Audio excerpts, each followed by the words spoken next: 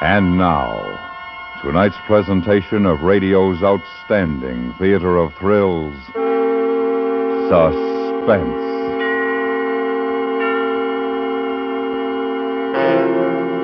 Tonight, we bring you a transcribed story of a man who thought the best way to commit murder was to plan it first. We call it Variations on a Theme.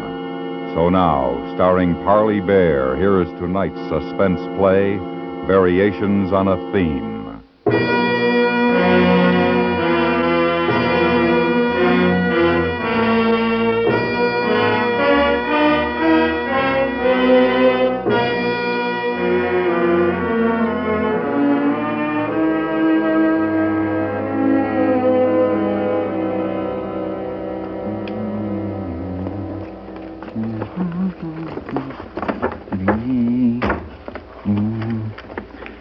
Dear old girl, your head is bleeding.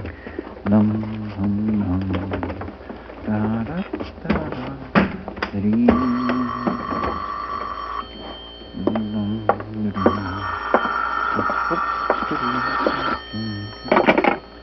Hello? Who? Oh, no, she isn't here.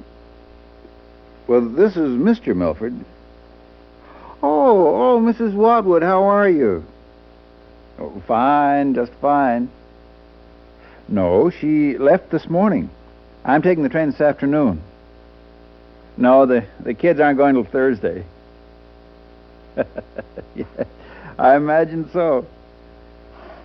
All right, I'll tell her you called. Oh, I'm sure she'll write. Goodbye.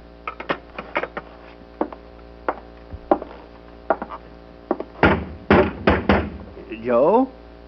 Joe, can you hear me? that was Mrs. Watwood. I told her you left this morning. I'll bet that old harridan's going to miss you. But I won't. Come to think of it, not many people are going to care one way or the other. You're just a habit, Joe. A bad habit. There. That hurt your ears, Joe? Well, that's what I've had to put up with from you, yapping at me for the past 20 years, just banging on my ears. Bang, bang, bang. I hope you're comfortable in there, dear. You've got a long trip to take.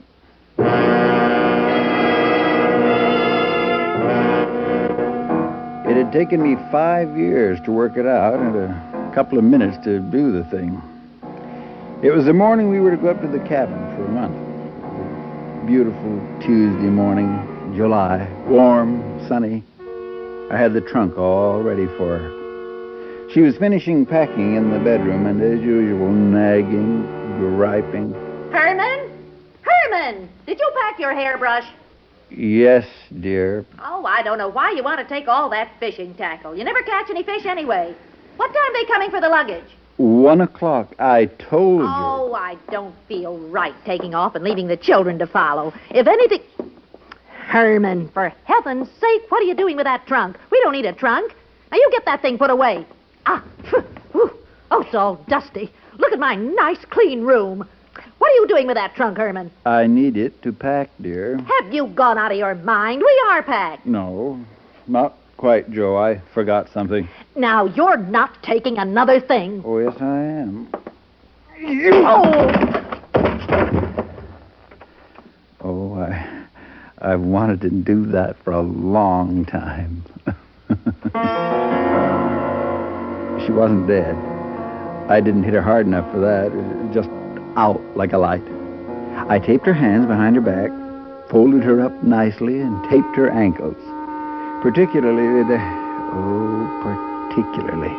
I enjoyed putting 2 yards of electrical tape over her mouth. She came to just as I got her in the trunk. You should have seen her eyes. Just before I put the lid down, I told her what was going to happen. You've never looked better, dear. Now, don't you worry about a thing, because I have taken care of everything. You're going on the train with the rest of the baggage. And when we get to Piney Crest, Old Man Butterfield will haul you out to the cabin. And then tonight, when it's nice and dark, I'm going fishing, dear, and I'm going to put you in the boat, take you out of the middle of the lake, and drop you down. It's a metal trunk. It'll sink. If you'd ever listened long enough to hear what anybody else was saying, you might remember that they have never found the bottom in that lake. Oh, you're thinking that Mr. Butterfield will wonder where you are or why you haven't showed up. That's what you're thinking, isn't it? Well, I'm going to be worried, see.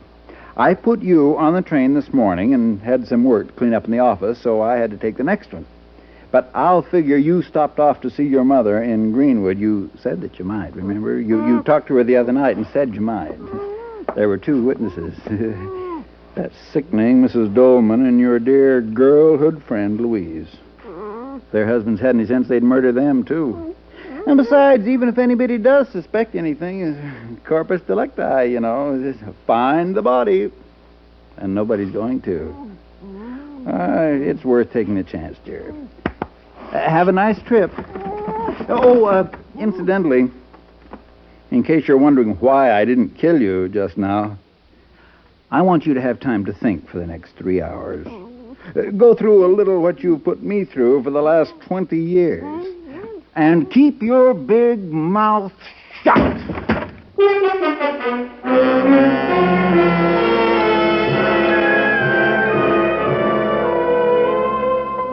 I made some coffee and waited for the expressman. Every once in a while, I'd creep up quiet as a mouse, go over to the trunk, and give it a kick right where her ear was. And every time I did it, I felt a year younger. At 1 o'clock, right on the nose. Mr. Milford? That's right.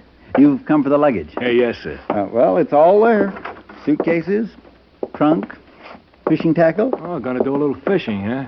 I sure am.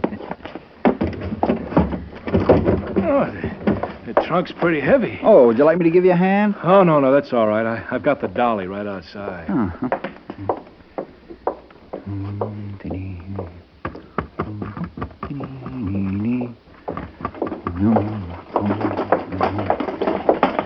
Okay, here we go.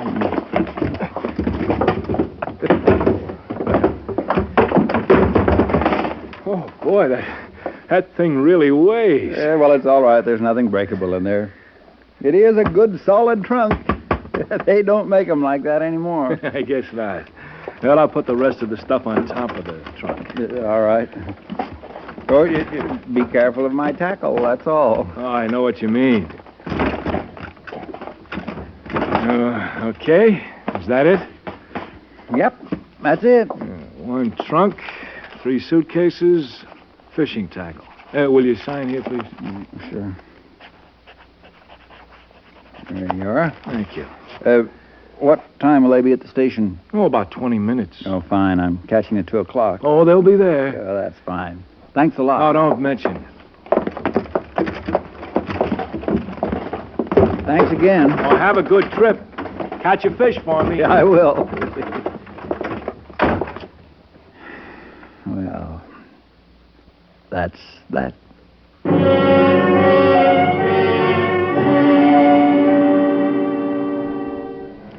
I went in the kitchen, had another cup of coffee, and didn't wash the cup and saucer or the coffee pot. I didn't have to, and there wasn't anybody to tell me I was messing up the kitchen. It was about 10 after 1 when the doorbell rang again. Mr. Milford, can I use your phone? Well, what's the matter? Oh, I can't get the pickup started. It's that distributor again. I told him at the garage. Yes, but, see here, I've got a train to catch. You've got to get the luggage to the station. Oh, I'll have them send out another pickup. It shouldn't take more than 15 minutes. I'm awful sorry. Well, couldn't you fix it? Try again. I just can't miss that train. I've tried, Mr. Milford, believe me. Well, all right, I suppose you'll have to. But please, tell them to hurry, will you? Sure.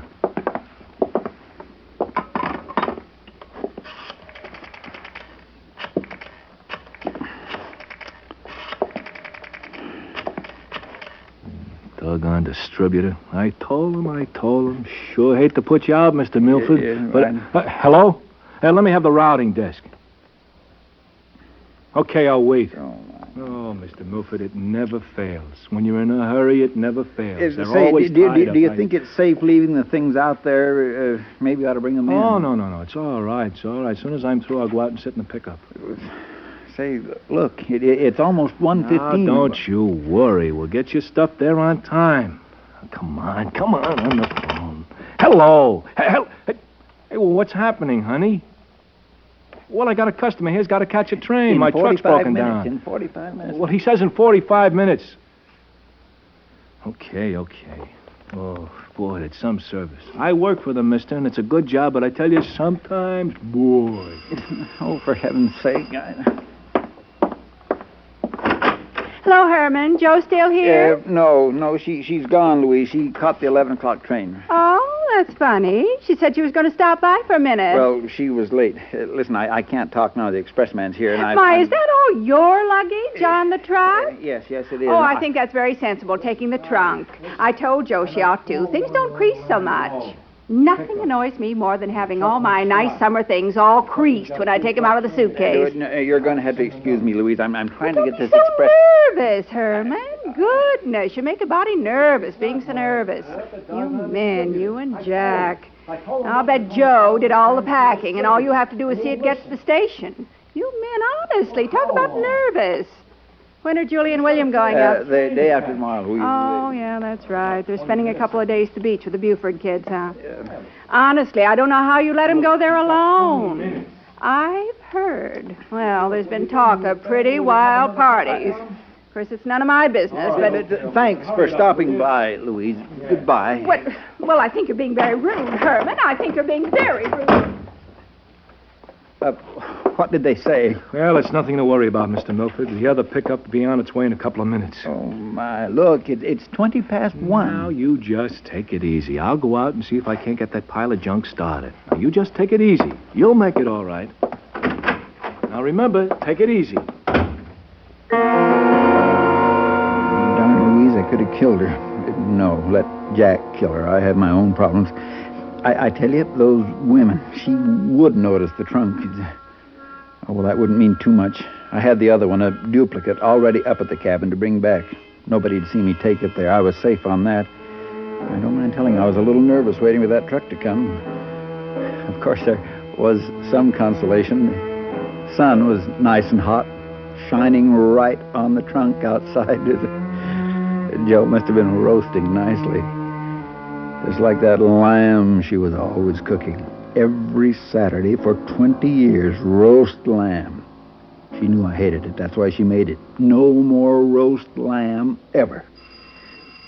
Oh, the truck. Hi, Dad. Hi, Pop.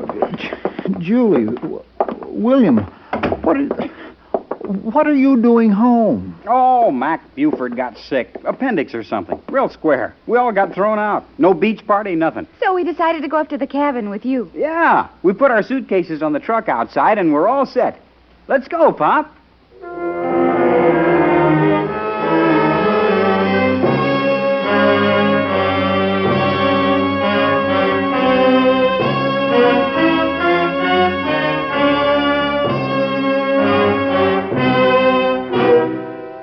You are listening to Variations on a Theme, tonight's presentation in radio's outstanding theater of thrills, Suspense.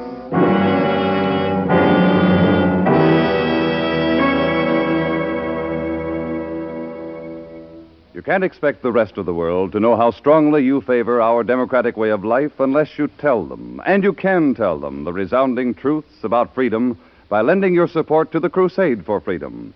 Yes, $1 sent to Crusade for Freedom will pay for a minute of truth on Radio Free Europe. Send your truth dollars to Crusade for Freedom, care of your local postmaster. That's Crusade for Freedom, care of your local postmaster. This has been a public service message from CBS Radio.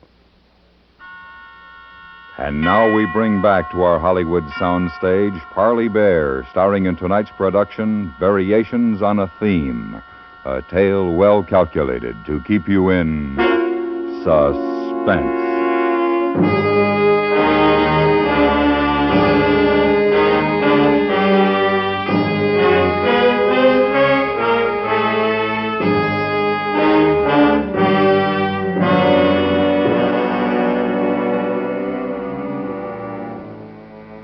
knew they'd be better off without her, but what could I say?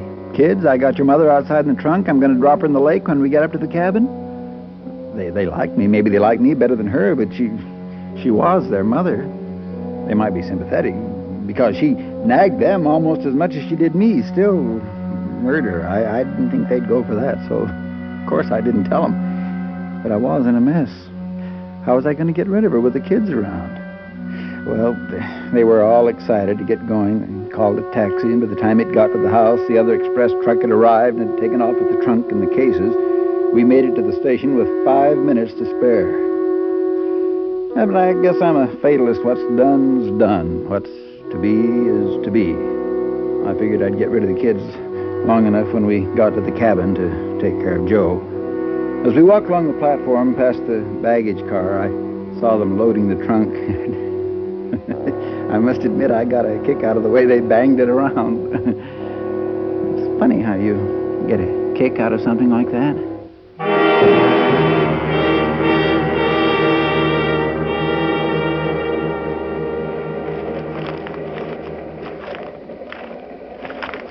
You want the sports section, Pop? Oh, no, thanks. I read it. You look tired. I do? You need a good rest. Right. You and me'll do some fishing. Maybe this evening, huh, Pop? Well, I don't know. Maybe. You know Mother. She'll have a million things for us to do when we get there. I can hear her now. Ah, let her stew. It's vacation time. How was she this morning, Dad? Oh, all right. Her usual self. Your mother's a rather nervous woman, you know. Nervous? Oh. Pop, you know, this year I've been studying some psychology, and, well, Pop, she's your wife and our mother. But, boy, if I've ever seen a psychotic, that's it. No. You really shouldn't talk about your mother that way. Oh, Dad, sometimes I wonder how you put up with it. I'll bet right now she's complaining, all to herself. It's either too hot or too cold. I imagine it's the heat more than the cold right now. You know, I hope I find a man like you to marry. The patience of a saint. He'd need to be if he married you. Oh, hardy ha. Oh, no. Don't quarrel, children. Hey, Julie, you remember last year that fella, what was his name? Well, you remember, he was at the dance. Something was bothering me. I mean, aside from the fact that my wife was doubled up in a trunk a few cars away from where we were sitting, it had been bothering me ever since we left the house, and suddenly I knew what it was. The heat. The heat. You know what happens to tape when it gets warm, wet, particularly if it's in contact with flesh. Well, I can tell you, it gets loose. And I had a horrible vision of that electrical tape over Joe's mouth slipping. Oh, I could almost hear it. Dad? I felt pretty warm myself. Dad, are you all right? I was daydreaming. Very Freudian, Pop. Very Freudian. Yes. Look, I feel a little restless. I'm going to walk up to the smoker. Hey, swell. We'll all go. Well, I'd kind of like to go alone. Go ahead, Dad. I won't be long. We had about 10 minutes before the train pulled into Pineycrest. I thought that if she had made a sound, and when she made it, she made a lot of it, somebody would have heard her by now. There'd have to be some kind of a commotion at the baggage car. When I got to the connecting door to the baggage car, there wasn't a soul. Still, I wanted to be sure. If I was going to be caught, I might as well be caught right then. It really wouldn't make any difference, so I pounded on the door.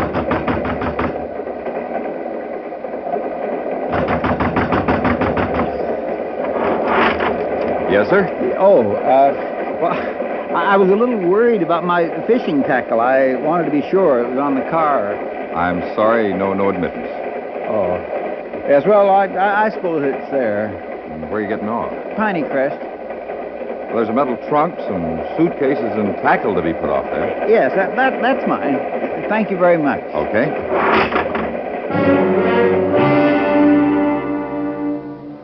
Just before he closed the door, I caught a glimpse of the trunk. It was standing on end, her head down, I hope. I felt better.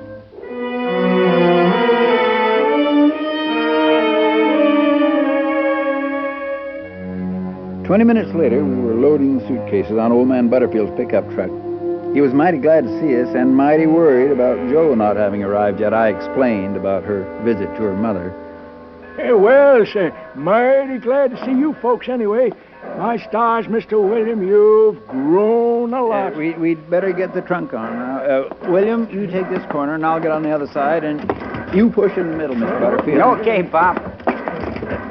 Now, all together. 1, 2, 3. Oh, that's a mighty heavy trunk, Mr. Milford. Oh, we're going to be up here for a month. Oh, yeah. Well, folks, fishing has been a mite slow, just a mite, but it should be picking up any day now. Fellas have been getting some nice strikes with bug-eyed poppers. Mighty nice strikes. Oh, that's fine. How's your wife, Mr. Milford? Just fine, just fine. Oh, proud piece of woman that, Mr. Milford. Proud piece. Miss Julie, you favor her. Thank you, Mr. Butterfield. You say she'll be up around 7, huh? It depends on how long she stays where she is.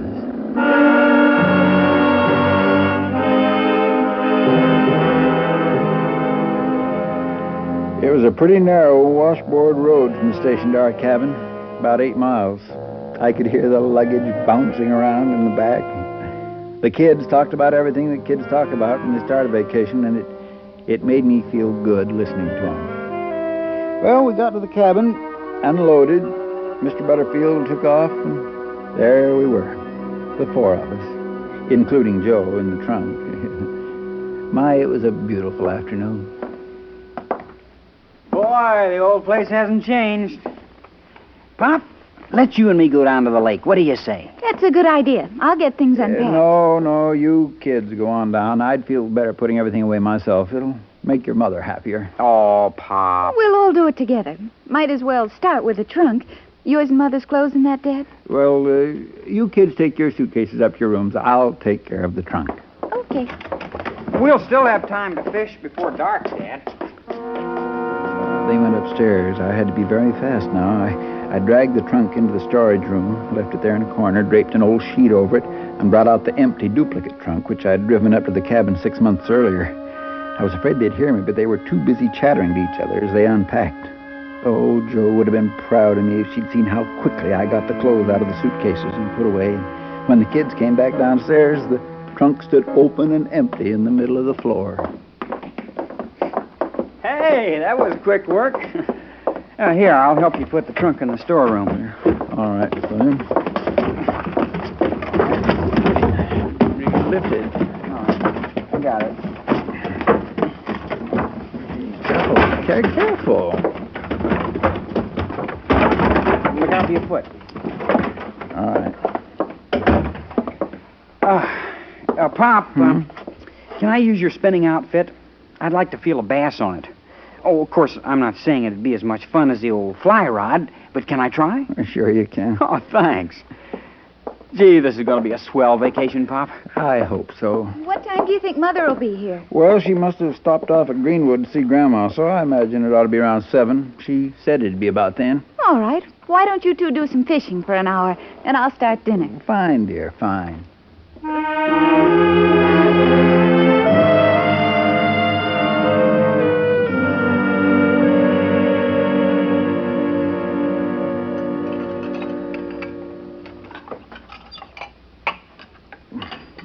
Oh, this is a wonderful steak, Julie. Thank you, Dad. Great. Don't talk with your mouth full. You know, I'm getting worried about Mother. It's almost 7:30. No, I wouldn't worry, dear. She's probably... What was that? What was what? I heard it. Like a knocking. The old woodpecker, probably. Hey, that's no woodpecker.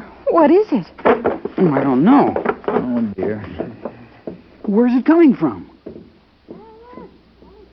It's not outside. It's... Pop? A rat, maybe? I think it's coming from the storeroom. It sounds like a woman. Listen. It is in the storeroom. I'm scared. You stay here. Come on, Pop. Be careful.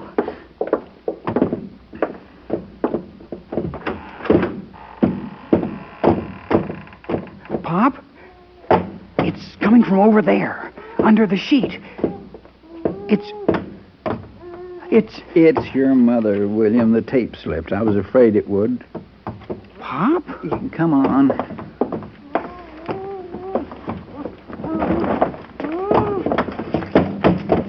Mother's in there?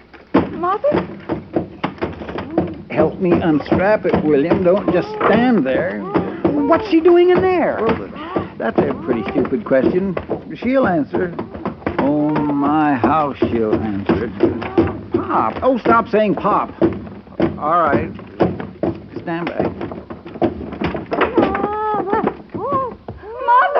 Mother! Ma, here, I'll get the tape off. Ma! I'll have to think of something else. This won't work again, that's for sure. He tried to murder me. He tried to murder me. That's what he did. He tried to murder me.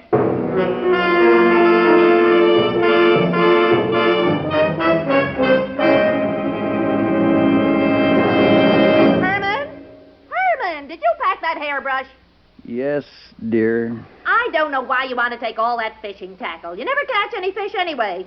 What time are they coming for the luggage? 1 o'clock, I told you. Oh, I don't feel right taking off and leaving the children to follow. If anything... For heaven's sake, what are you doing with that trunk? We don't need a trunk. You get that thing put away. Oh, phew. Oh, it's all dusty. Look at my nice, clean room. What are you doing with that trunk, Herman? Nothing, dear. I decided not to. Not to? Not to what? What's the matter with you, Herman? Nothing. Just a little idea I had. I'll think of something else.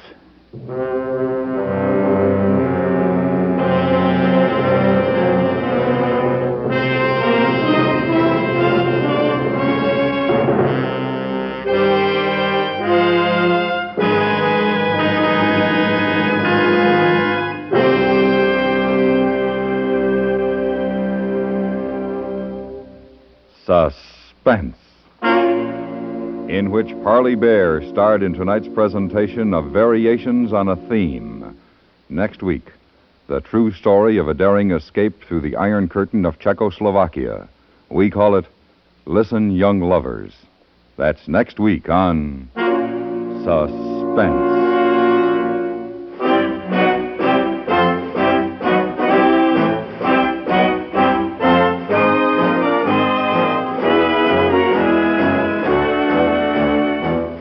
Suspense is transcribed in Hollywood by Anthony Ellis, who also wrote tonight's script. The music was composed by Rene Garrigan and conducted by Wilbur Hatch.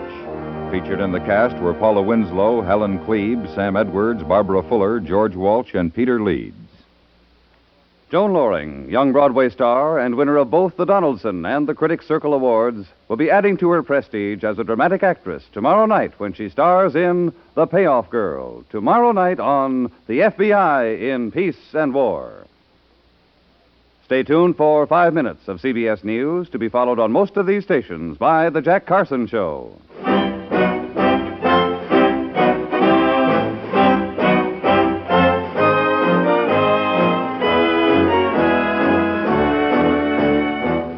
Radio Workshop presents the new and unusual Friday nights on the CBS Radio Network.